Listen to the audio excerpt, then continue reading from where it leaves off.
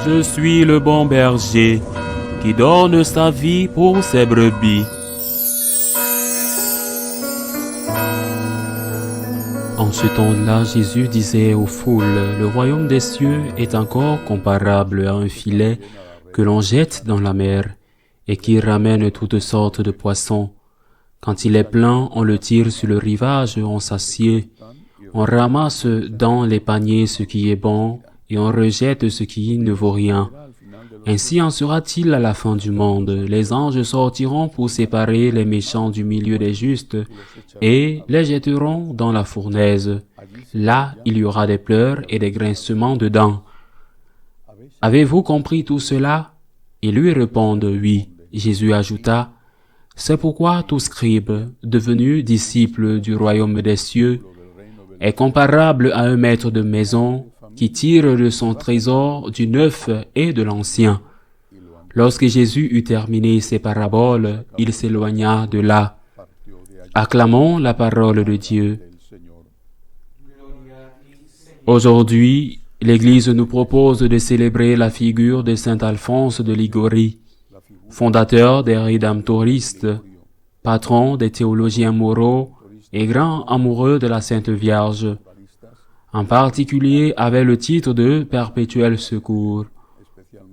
Mais ce que presque tout le monde, la grande majorité ignore peut-être, c'est que saint Alphonse Marie a été impliqué dans un conflit théologique qui, à l'époque, était vraiment très important et qu'aujourd'hui, encore, dans une certaine mesure, autant qu'au XVIIIe siècle, lorsque ce conflit a eu lieu, l'erreur qu'il contient est montrée dans toute sa crudité.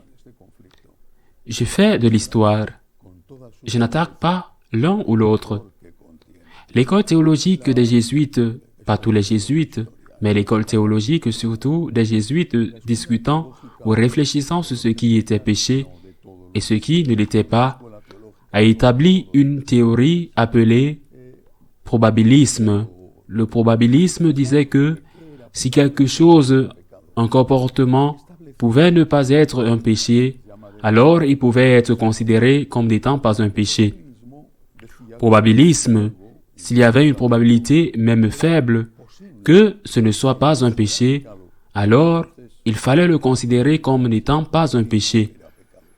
De cette manière, la grande majorité des péchés qui ont cessé d'être des péchés ont été effacés parce que, du moins dans une exagération peut-être du probabilisme, il suffisait de dire qu'un théologien moral avait écrit un article dans un magazine où avait dit que ce n'était pas un péché à cause de telle ou telle circonstance, parce qu'il n'y avait pas de liberté suffisante, parce qu'il y avait des conditions qui affectaient l'individu à cause de l'ignorance, pour quelque raison que ce soit, pour que cela cesse d'être considéré comme un péché. Naturellement, ces théories, le probabilisme, qui faisait disparaître presque tous les péchés mortels et introduisait le laïcisme, c'est-à-dire « fais ce que tu veux, car rien n'est péché ou presque », a rejeté ou a été rejeté par une grande partie de l'Église et des théologiens. Dans ce contexte, saint Alphonse Marie de Liguori a établi une théorie alternative au nom franchement étrange, le probabilisme. Le probabiliorisme. Probabilisme. Jésuite, probabiliorisme. Saint Alphonse rédemptoriste, probabilior. Que signifie probabilior? Le plus probable. Il ne suffit pas que ce soit probable parce qu'un auteur l'a dit, parce qu'il y a un cas exceptionnel. Il faut que ce soit le plus probable. Le plus probable, c'est ce que ce soit le péché. Et comment a-t-on su que c'était le plus probable? En écoutant la parole et en écoutant la tradition.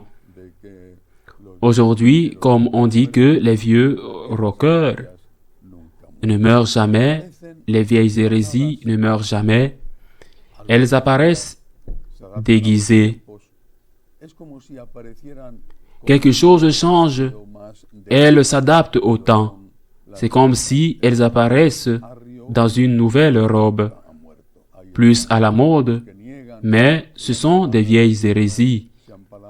Arius n'est jamais mort, ils sont là. Ce qui nie que les paraboles ou les paroles du Seigneur sont des paroles éternelles. Ceux qui disent qu'il faut les adapter au temps, au fond, ils sont ariens. Ils disent que Jésus-Christ n'est pas Dieu et que ses enseignements sont des enseignements d'un homme aussi excellent ou excellent soit-il. Quant à l'Évangile aujourd'hui, une fois de plus, nous avons l'Évangile qui parle de la patience de Dieu. Dieu nous donne jusqu'à la fin, jusqu'au dernier instant de la vie, l'occasion de nous sauver. Notre Seigneur est venu nous sauver. Il est, et je me souviens, le Saint Alphonse Marie, il est le très saint Rédempteur. Son désir est que nous soyons tous sauvés, et jusqu'au dernier instant, il luttera pour notre salut. Jusqu'au dernier instant, même, certains le disent, même après que la mort clinique soit certifiée, certains disent que l'âme peut être encore dans le corps pendant un certain temps. Eh bien, l'âme peut encore être dans le corps pendant un certain temps, même après que la mort clinique soit certifiée.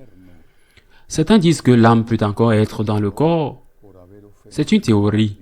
Mais je sais que, jusqu'au dernier moment, le Seigneur se battra pour notre salut. Un repentir sincère suffira. L'Église enseigne cela non pas par peur de l'enfer, mais par chagrin d'avoir offensé le bon Dieu qui nous a tant aimés. Mais ce repentir sincère exprimé comme il peut l'être dans ces derniers instants suffira au Seigneur pour avoir pitié de notre âme, pour nous amener au purgatoire, parce qu'il faudra beaucoup de purification, et ensuite, avec lui, au ciel. C'est pourquoi nous ne pouvons pas juger cette personne qui fait le mal et qui a fait le mal. C'est toujours une personne aimée de Dieu, un enfant de Dieu.